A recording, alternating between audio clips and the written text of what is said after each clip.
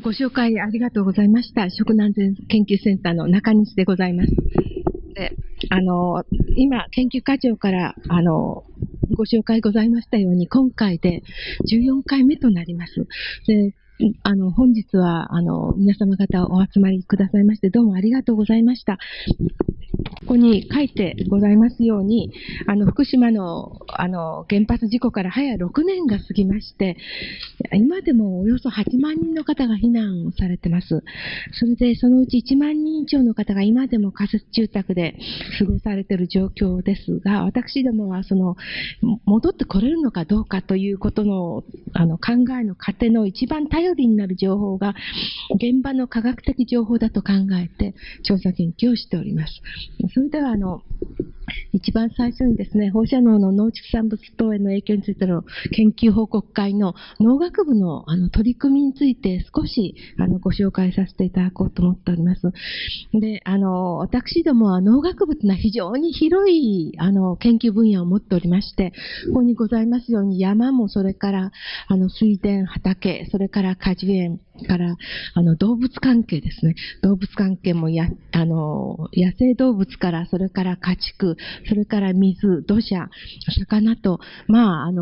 環境中のほとんどのものは農学部の研究対象でございます。で、それぞれの分野を担当されている先生方が、ずっとボランティアベースで研究を続けておりまして、今でもずっと、皆様方、研究を続けされております。それで、毎回その報告会では、分かっていることを数人の先生からお話をいただいているんですが、今まで13回どういうことが分かってきたかを簡単にご紹介いたします。で、2011年11月が1回目でございますが、ここにございますように稲とか土壌とか、豚、果樹、魚、河川、あらゆるものを最初は測ってまいりました。で、皆様方のご記憶にあるかと思いますけど、鳥ですね。鳥を、その野生の鳥を捕まえました羽がですね、この、右の黒いポツポツというのは羽がどれくらい汚れているかという、その放射線を感知すると黒くなるものがございますので、そのプレートを用いて見ますと羽がこんな風に汚れていると。で、私どもは非常に胸を打たれたんですが、どう洗っても取れないんですが、次の年同じ場所で捕まえますと、もう生え変わってきれいになってたということもございます。あと、キノコもですね、これ非常に不思議だったんですが、ちょっと見えづらいかもしれませんが、赤い棒とですね、水色の棒がありますが、放射線セシウムは137、半減期が30年のものと、半減期が、4年のものの134と2つあるんですね。半減期は短いものと長いものと。で、福島の時は1対1で 50%、50% で降ってきたんですが、私どもの北海道から、あちこちの演習林で採れましたキノコを取りますと、特に例えばですけども、富士演習林の、あるキノコはですね、137の方が断然多いと。で、137しかわからないと。測れないというものがございまして、これは今回の福島のものを測っているのではなくて、昔グローバルフォールアウトって1960年頃ですけれども、その頃に各国が核実験をしていた時に降ってたものを未だにそこで貯めてるキノコがいるんだということが分かったりですね。それからあと今司会をしております小林の方がですね、セシウム137を使いまして、植物中にどんなふうにセシウムが吸われるか。で、この左側が写真でございまして、これ何かというと、すみません、水耕栽培とですね、あと土を使った、福島の土ですけど、その中にセシウムがあった場合、どうなるか、ここからご覧になるとよくわかるんですけど、水耕栽培はよくセシウムは吸われるけれども、土に吸着されたセシウムは吸われないと。稲も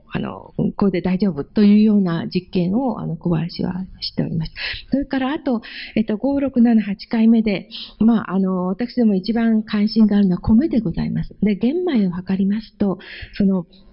周りの種皮の部分とですね、それからあと胚軸の部分、将来芽とか根になる部分にたくさん溜まってて、で、それをですね、玄米を洗って精米しますと、この下のグラフにございますけれども、棒グラフにございますが、大体半分に落ちると。で、精米したてのものを、洗いますと、すぐ洗うとまた半分ぐらいになって、どんどんそのセシウムが落ちていって、たとえ最初500ベクレルを少し超えるぐらいであっても、実際に食べるときは水を加えて蒸しますから、また半分ぐらいに落ちるので、かなり放射性セシウムの量は減るとかですね。あと大豆の場合は、この全体にあるんだとか、種子の全体にセシウムがあるなんてことが分かってきました。それから、あと、動物も私どもは、牧場がございますので、いろんな実験をされてくださってしてきたんですけど、真鍋先生が、ヤギについて、これ代表的なものですけど、2011年はですね、ヤギのその臓器別ですね、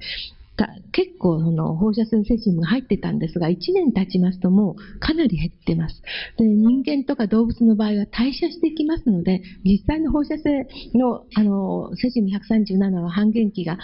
30年と長いわけですけど、私たちが間違ってっていうか、食べてもですね、100日以内に半分は出てしまうというようなことが分かってまいりました。それからあと、90、11回とですね、ここ先ほど最初お話しされた丹下先生の部屋でされた実験でございますが、松の木の中にどれくらい放射性セシウムが入っているかセシウム137が随分飛んできたわけですけれども、葉っぱの部分とか幹の部分は随分くっついているわけでございます。これをですね、高さごとにその木を22メートルの木なんですが、切りまして、右側がその切った木片の写真でございます。左側が放射性物質がどんなふうに分布しているか、黒いところほど多いわけですけど、もちろん外側の種皮は皮の部分は多いわけですけれども、樹皮の部分は多いんですが、中にも入っていってるというようなことが分かりまして、樹木についてもいろいろな研究結果が分かってきました。それからあと、細野先生っていうのは、農業経済の先生でも、実は大変残念なことに亡くなったんですけども、亡くなりになったんですが、8000人だったと思います。何千人という方の、消費者の動向を調査されてですね、これ実に3年経ってとですね、消費者の方がどんどんもう福島のことを忘れ始めているという結果が出てきまして、福島という名前のついた食品を買いますかって言ったら、いや、買いたくないっていう人が増えてきたりですね、もっともっと私たちは消費者がですね、応援してあげなくちゃいけないんじゃないかっていうようなことも実際にデータとして取られた先生でございます。非常に残念でございますが、亡くなりになって、それからあと何といっても女性はですね、放射性セシウムが土のどこにくっついているかっていうと、非常に細かい粒子、粘土と申しますが、粘土にくっついてて、あと有機物って言いますか、植物の死骸ですね。そんなものにくっついているんですけれども、この溝口先生が何されたかというと、この畑に水を引きまして、で、ちょっと混ぜるんですね。で、しばらく待つと細かいものっていうのはなかなか落ちてこないわけです。それで、この上澄みをですね、横に掘った溝にスーッと上澄みだけ持っていきますと、なんと8割方放射性セシウムがなくなる。こんなことをですね、私どもはいろいろご提示はさせていただいてきております。それからあと、もう少し16年あたりになりますと、細かいことって言いますか、研究室ベースのことも随分分かるようになってまいりまして、本日は土壌のことは塩田先生とか西村先生とか話されるんですが、例えば理学部の小暮先生がです、これ最初に得られたデータでございますけれども、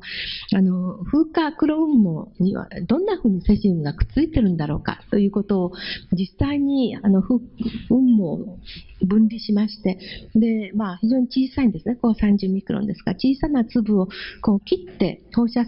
能がどれくらい、放射線の強度ですね、がどれくらいあるかっていうのを全部調べてみたんです。と、不思議なことに同じなんですね。で、その一つをまた4つに切っても同じだと。で、この先生は周りから削っていったりいろいろされて、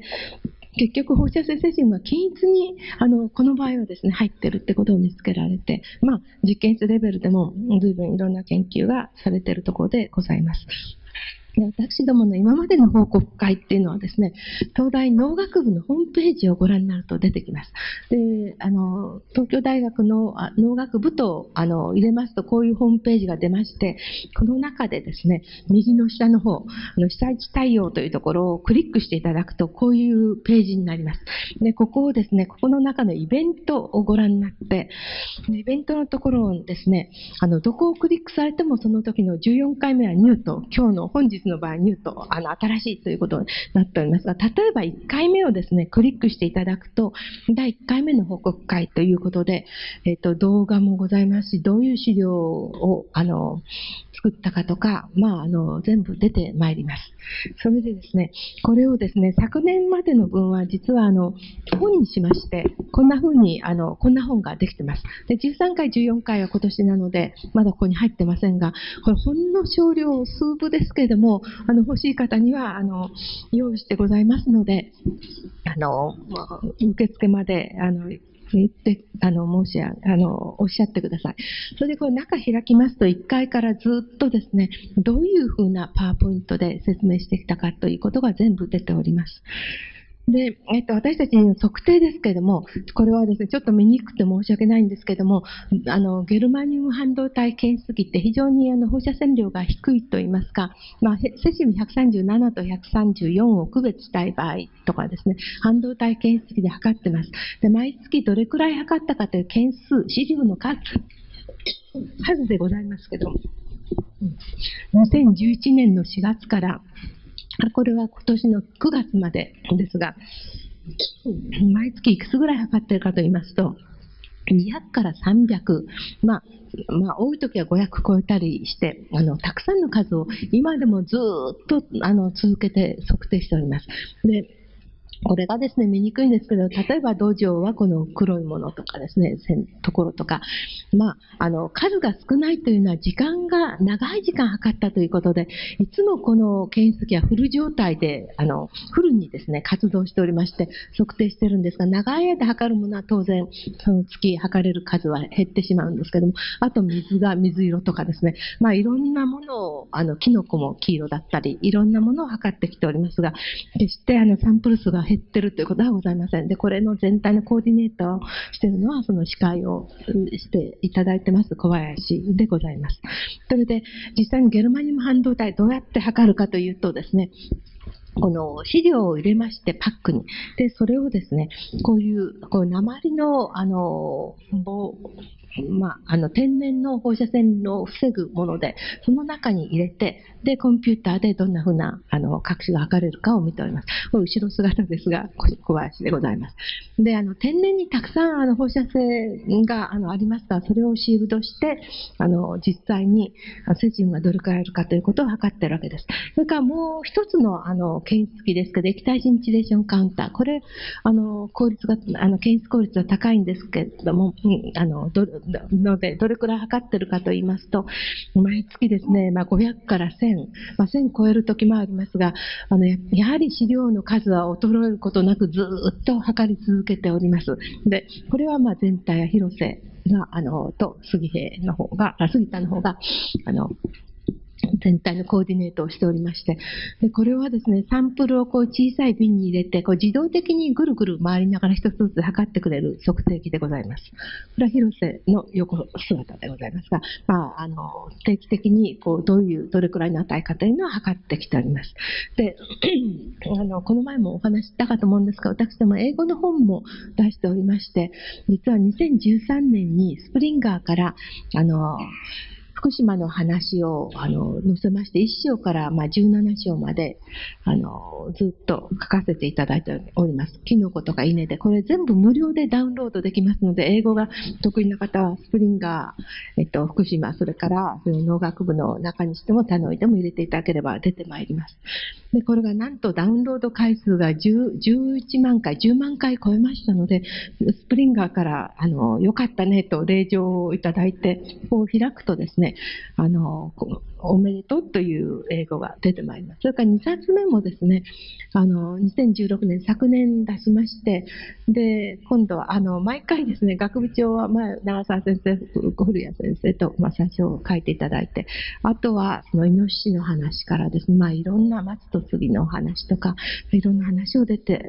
かせていただいておりますが、これも4万回ダウンロード数が増えております。いずれもタダで誰でもダウンロードできます。それから、日本語の本は NHK ブックスからですね、200ページぐらいの小さな本ですが、文庫本ですが、土壌汚染ということで今までのまとめたのを書かせていただきました。それから本日お配りしたと思うんですが、根本先生がですね、東大出版会から本を出されましたので、これもご紹介いたします。今年のお話でございます。で、これからもですね、継続的に、やはりこういう環境放射能の実験、研究っていうのは、ずっと続けていかないと、例えば稲でどれくらい放射性物質が実に動いたかっていうのも刈り取って初めてわかるわけですから、年に1回しかデータが出ないわけですね。それがたとえ4、5回今のところ分かったとしても、やっぱり10回ぐらい分からないとこれからの様子っていうのもうまく予想できないので、これからもずっと続けていこうと思っております。のでよろしくお願い申し上げます。